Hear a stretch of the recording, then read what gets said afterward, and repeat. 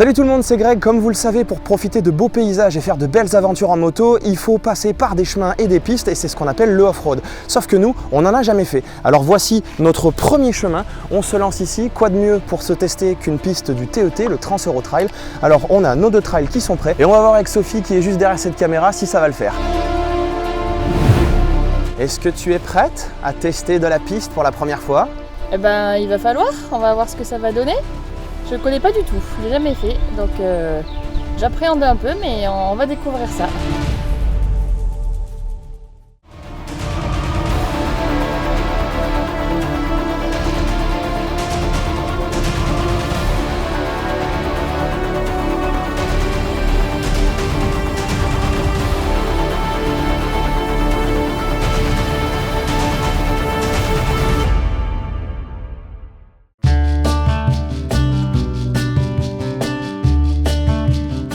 Et nous voilà donc engagés sur le TET dans sa partie qui traverse la Drôme, et nous avons choisi une petite portion de off-road qui démarre juste au-dessus du petit village d'Allan.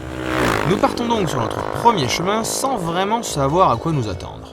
Et pour pimenter le début, je décide de nous arrêter au bout de quelques mètres en plein milieu de notre première montée dans les graviers, les cailloux et le sable pour pouvoir faire revenir le drone que j'avais laissé au début du chemin pour faire notre plan d'intro de cette vidéo. Après un bon petit démarrage en côte en plein milieu des cailloux et une bonne épingle dans les graviers, nous finissons par rejoindre des chemins un peu plus praticables pour des débutants.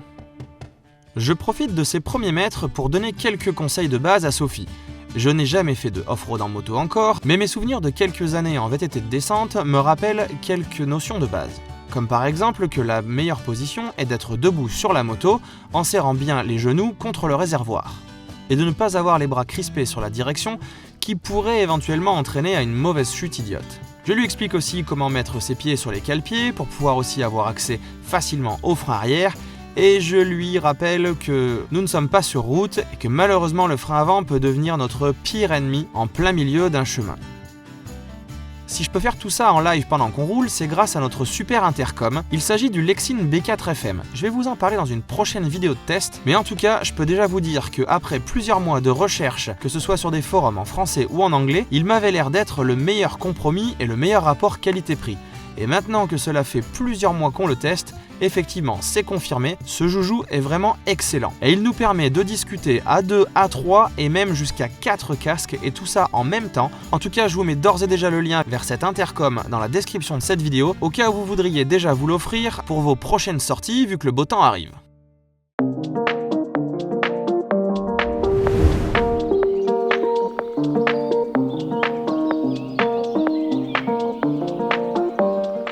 Bon, je vous avoue que pour une première en off-road, cela n'a pas toujours été très simple de suivre la trace du TET. Surtout que nous étions dans une colline dans laquelle il y avait des chemins qui démarraient absolument de partout. Et il n'était pas très simple pour nous de garder un œil sur le GPS de temps en temps et un œil sur la route. Enfin, sur le chemin quoi. Et je pense que nous nous sommes d'ailleurs perdus plus d'une fois et c'est comme ça que nous nous sommes retrouvés face à une énorme montée avec de gros cailloux en plein milieu et des ornières. Vu qu'on ne savait pas trop où nous étions, ni si ça allait être pire sur les autres chemins, j'ai décidé de monter les motos une par une tranquillement, et honnêtement, j'en ai vraiment chié. Mais c'était quand même vraiment plus simple avec la petite GS qui est beaucoup plus légère que ma vieille Transalp. Après cet épisode avec un bon petit coup de stress et l'impression d'être perdu, on a décidé de faire une petite pause et de profiter des paysages qui nous entouraient. C'est à ce moment qu'un VTTiste est passé à côté de nous, il avait l'air de bien connaître les lieux et il nous a conseillé de prendre à gauche sur le prochain chemin pour débouler sur une piste qui venait d'être faite. Bon, sans le savoir, il venait de nous aiguiller vers une piste de la DFCI qui apparemment sont des pistes formellement interdites aux véhicules à moteur. Heureusement, nous ne sommes pas restés longtemps dessus et au bout de quelques centaines de mètres, nous avons enfin pu retrouver notre trace du TET. Nous commencions à être à l'aise et ça se voyait au niveau des positions. Sophie se mettait de plus en plus debout et commençait même à s'amuser à slalomer entre les pierres sur le chemin pour pouvoir prendre les passages les plus faciles et éviter les endroits cassants. En tout, nous avons passé environ 2 heures sur les chemins à une allure, bon, très modérée, il faut le dire. J'avoue que pour une première, entre la chaleur et la concentration, ça nous a bien claqué. Et comme le dirait la célèbre philosophe française, je suis pas venu là pour souffrir, ok? Et nous non plus d'ailleurs.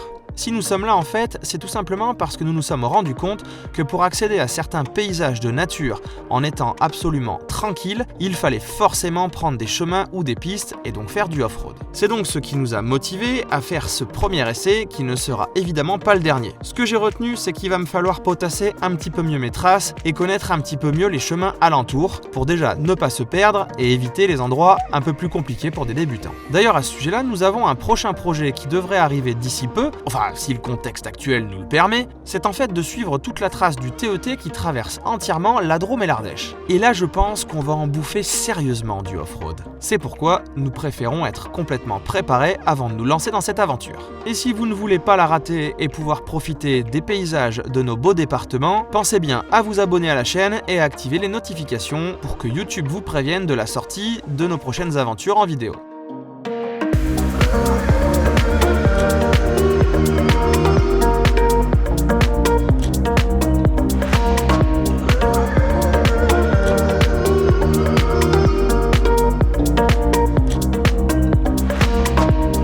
Un petit bilan de ce premier essai de chemin. Là, on est sorti d'une partie qui n'était pas facile. On a commencé par le plus dur en fait, avec des pierriers, plein de grosses pierres où la roue elle se baladait dans tous les sens.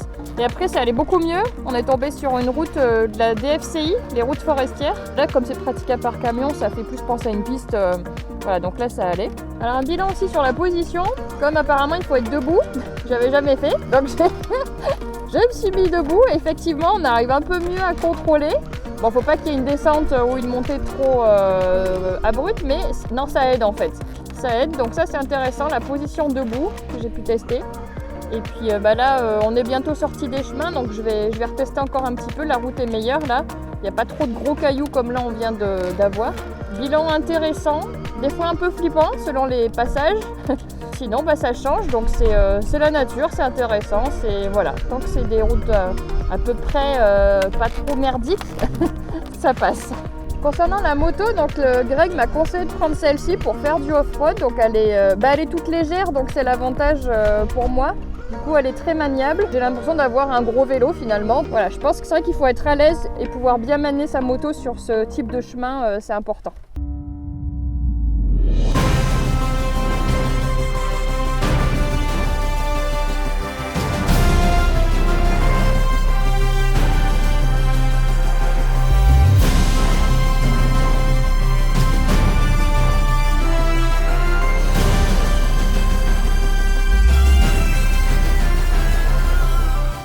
Ça y est, on vient de terminer notre premier essai de off-road. On n'a pas commencé par le plus simple, c'était pas voulu. La trace du TET commençait dans des pierriers. On s'en est quand même sorti. On a vite compris quelque chose, c'était que déjà il fallait un peu d'expérience, même beaucoup d'expérience pour s'en sortir correctement et être en sécurité, et qu'on pouvait vite tomber. Donc ça veut dire qu'il va falloir avoir une moto qui est complètement équipée pour faire du off-road. Vous aussi, il faudra être équipé. Et il faut savoir que c'est pas sans danger. Ça, c'est vraiment le truc qu'on a retenu aujourd'hui. Il y a des passages qui étaient plutôt difficiles, où ça glissait, on a eu un peu de boue. On a compris aussi que si on était venu juste le lendemain d'une pluie, il y aurait eu des passages qui auraient été très compliqués pour des débutants, avec peut-être une roue avant qui va partir et donc une chute. Alors en conclusion, on a quand même beaucoup apprécié ce passage dans les chemins. On a effectivement préféré quand c'était en meilleur état, et quand on était dans les zones un peu compliquées, c'est vrai qu'on était beaucoup plus tendu, et le plaisir ne venait vraiment que quand on pouvait se détendre et rouler tranquillement sur de la terre ou des graviers. En bilan, un peu mitigé, des moments de satisfaction, on va dire, dans le sens où j'arrive à le faire. Petite dédicace aux filles, le off-road, c'est pas que pour les mecs, ça peut être sympa aussi,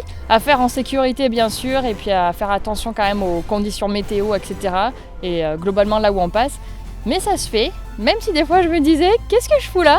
Il y a eu des bons moments aussi de plaisir, donc plutôt sympa comme découverte. Et voilà, c'est tout pour aujourd'hui pour notre première expérience en off-road. En tout cas, on saura que maintenant, si on veut s'aventurer dans les chemins pour nos prochains road trips, on pourra le faire, mais avec un petit peu de préparation pour quand même connaître les chemins et avoir une idée de leur état à l'avance. Comme d'habitude, pensez à vous abonner à la chaîne et n'oubliez pas de cliquer sur la petite cloche pour activer les notifications. Suivez-nous aussi sur Instagram, comme ça vous pourrez découvrir nos prochains road trips qui vont bientôt arriver, puisque vous pouvez remarquer que le beau temps est enfin revenu, donc on va pouvoir commencer à partir vadrouiller en bécane.